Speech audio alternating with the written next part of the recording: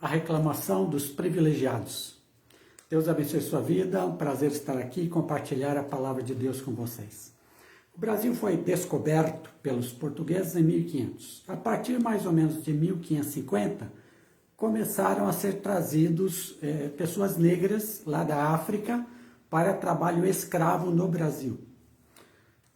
No final do século XVI e no XVII, a escravidão já tinha aqui um bom número de pessoas negras transportadas para cá e feitas escravas. E surge, como em toda a escravidão, o desejo daqueles que são escravizados de conquistar a liberdade. Mas isso não ocorria no Brasil e aquele que fugia, quando preso, era severamente castigado, se não morto. E o que aconteceu? Lá pelos lados do que hoje é Alagoas, Sergipe, Pernambuco, vários negros começaram a fugir para dentro da mata e ali estabeleceram uma comunidade. Essa comunidade ficou conhecida como o Quilombo dos Palmares. Palmares era a região, aquela região na qual eles foram se esconder, região de mata. E lá eles se defenderam, ou seja, toda vez que alguém ia lá para tentar trazer de volta um negro que era escravizado, eles resistiam e a pessoa não conseguia esse intento, eles se defendiam. Esse Quilombo dos Palmares, ele foi feito pelo desejo dos que eram escravizados de serem livres, de não viverem a vida inteira debaixo do chicote, a vida inteira trabalhando sem ganhar absolutamente nada, senão a comida do dia. E foi isso que fez com que o Quilombo dos Palmares crescesse e se tornasse muito grande, muito forte. Este quilombo, ele existiu por quase 100 anos, de 1597, dizem os historiadores, até 1694, quase 100 anos de existência. No auge desse quilombo, a sua população era de 15 a 20 mil pessoas. E lá eles não eram escravos, lá eles eram livres. E cada um tinha o seu pedaço de terra, vamos dizer assim, cada um fazia o seu cultivo e eles viviam como uma comunidade organizada. E resistiram a muitas investidas, lá no caso da coroa portuguesa, o Brasil ainda era colônia, que tentava acabar com tudo aquilo e trazer os escravos de volta. Mas cada vez mais as pessoas iam para lá. E ali não eram só negros que iam, eram também pessoas brancas que eram muito pobres e que iam para lá e construíam suas vidas lá. Além de mestiços, além de indígenas que também iam para esse lugar. Quilombo dos Palmares chegou a ser tão grande que alcançou uma área de 27 mil quilômetros quadrados, o que equivale hoje ao estado do Sergipe. Veja que área enorme, e eles se organizavam lá. Mas a coroa portuguesa fez muitas lutas para tentar acabar com esse quilombo, porque além deles estarem livres, era um mau exemplo para os outros escravizados. E o grande líder, o líder que governou na parte final do quilombo foi Zumbi dos Palmares. E ele foi o último grande líder dessa comunidade. E, finalmente, a coroa portuguesa conseguiu a destruição completa do Quilombo dos Palmares em 1694, com o bandeirante Domingos Jorge Velho, que com um grande exército, né, invadiu ali e acabou matando a grande maioria ou levando escravos aqueles que ali estavam. É por isso que Zumbi dos Palmares é hoje o símbolo maior da luta dos negros contra o racismo, contra essa desigualdade social na qual eles ainda estão. E a data de sua morte, 20 de novembro, é comemorado como o Dia da Consciência Negra. Por conta disso. Palmares é o símbolo de gente escravizada que quer ser livre. E esse é um símbolo que vale para todas as raças, para todos nós. Uma coisa um pouco diferente aconteceu com Israel, o povo de Israel no deserto. Eles eram escravos no Egito. E pela mão forte do Senhor, eles foram libertos. Lá eles passaram pelas pragas que Deus enviou e passaram incólumes.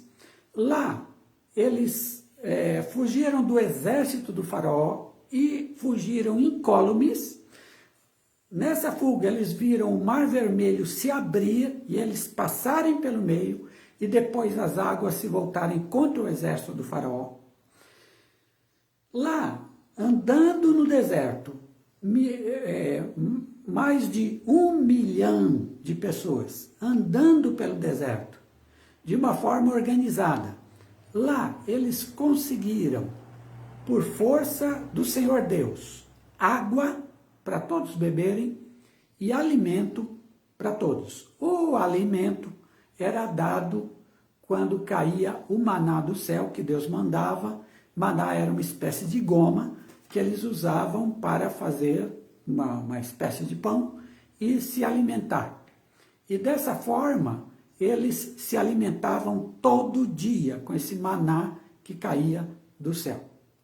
E podiam então andar pelo deserto, criar seus animais no deserto, viver ali e caminhar em direção à terra prometida. O percurso entre o Egito e essa terra prometida por Deus seria um percurso de mais ou menos 2 anos. E isso aconteceu. Nos 2 primeiros anos, eles chegaram perto dessa terra, foram enviados espias para essa terra.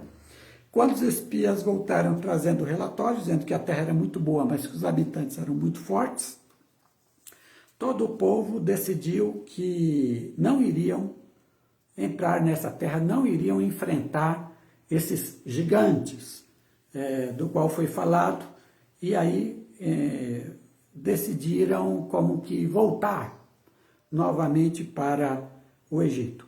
Mas durante essa caminhada, esses primeiros 2 anos, houve várias reclamações desse povo, pelo menos a grande maioria desse povo, em relação aos líderes Moisés e Arão, que estavam conduzindo, por ordem de Deus, o povo até a terra prometida.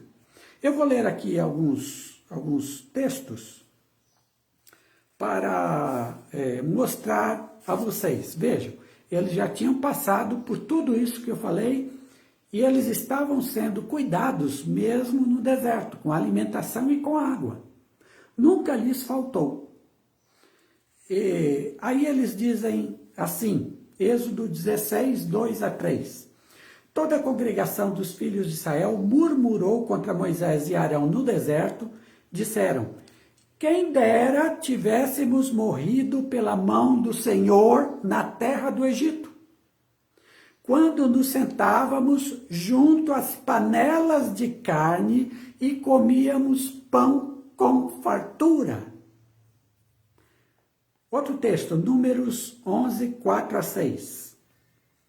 Lembramo-nos dos peixes que comíamos no Egito sem custo, dos pepinos, melões, alhos porrós, cebolas e alhos. Agora nossa alma se seca. Nada temos senão este maná. Números 14, 2 a 4, quando eles recebem a notícia de que o povo da terra prometida é um povo gigante, que eles terão que enfrentar esse povo. Eles dizem assim: oxalá tivéssemos morrido no Egito. Por que o Senhor nos traz a esta terra para cairmos à espada? Não seria melhor voltarmos ao Egito? Veja, todos esses textos são textos de reclamação, são textos de murmuração. A murmuração é dirigida aos líderes, Moisés e Arão, mas a murmuração aqui, ela é dirigida, no segundo plano, principalmente ao Senhor Deus, porque foi o Senhor quem os libertou da terra do Egito. Não foi Moisés quem os libertou, foi o Senhor Deus. Então, essas reclamações, elas são dirigidas a Deus. E Deus assim interpreta que é contra ele. Deus assim interpreta. Porque se você olhar depois o que acontece no texto, Deus vai dizer a Moisés, vou destruir esse povo, porque esse povo é ingrato em relação a mim. O que é que há nesses textos? Primeiro, eles têm saudades da escravidão no Egito. É impressionante, quem dera tivéssemos morrido no Egito. Lá a gente sentava junto às panelas de carne e comia com fartura. Olha, eles eram escravos no Egito. Eles viviam uma vida horrível no Egito. Eles não tinham esse monte de carne para comer no Egito. Mas eles sentiam saudades agora do Egito, porque estavam andando num deserto há mais ou menos 2 anos.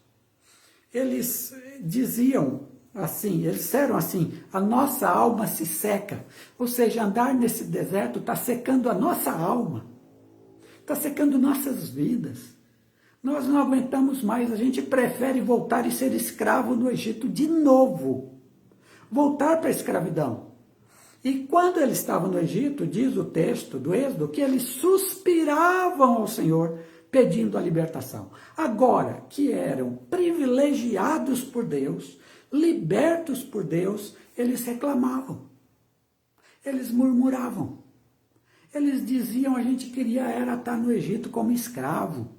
Lá a gente era feliz como escravo e não andando nesse deserto, sem perspectiva, para morrer nesse deserto. Só tem uma promessa aí que Deus disse de que nós conquistaríamos uma terra.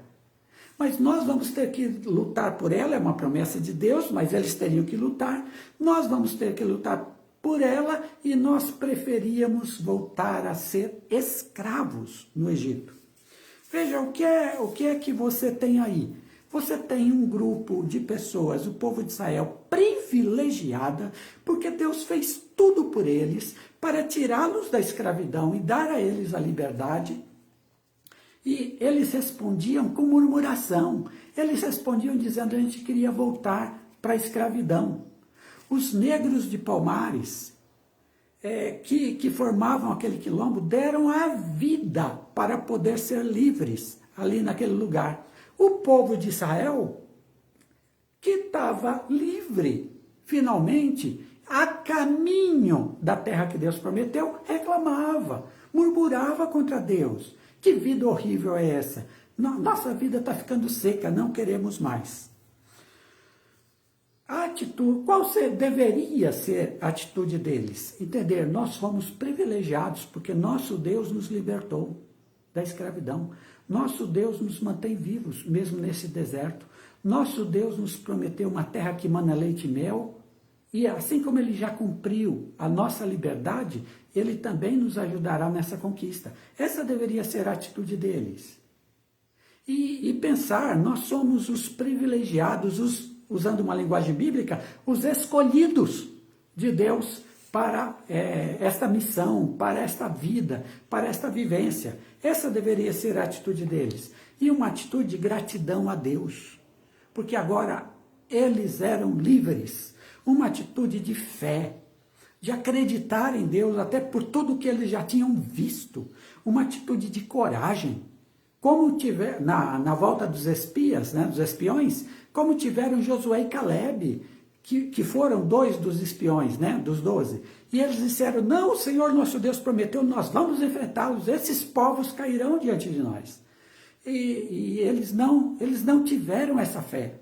E trabalho, sim, tinham que enfrentar o deserto, tinham que cuidar de suas vidas no deserto, tinham que se preparar para a luta em Canaã, tinham que lutar em Canaã.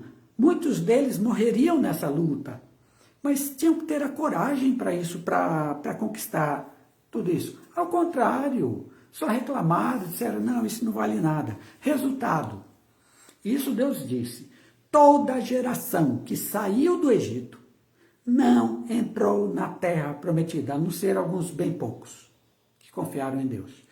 Mas esse foi o resultado de uma vida de reclamação. Esse foi o resultado de uma vida de murmuração contra Deus. Quem entrou nessa terra? Os filhos que nasceram na caminhada do deserto. Esses entraram na terra prometida. Toda aquela geração que murmurava morreu no deserto. O que a gente depreende aqui desse texto? E é isso que eu trago para você.